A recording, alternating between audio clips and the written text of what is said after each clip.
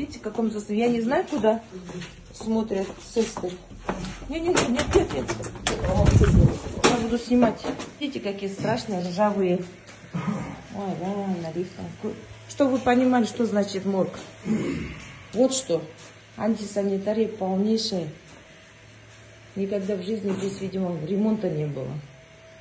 Көрдіңдер? Я обращаюсь к министру юстиции. Вот она ваша хвалебная организация. Здесь моют. Так. Свет қайда екен? Свет қосшы, Алмаз, Серік. Вот этот свет, да или нет? Сейчас как током ударит. О, все. Вот здесь они моют. Вот это канализация.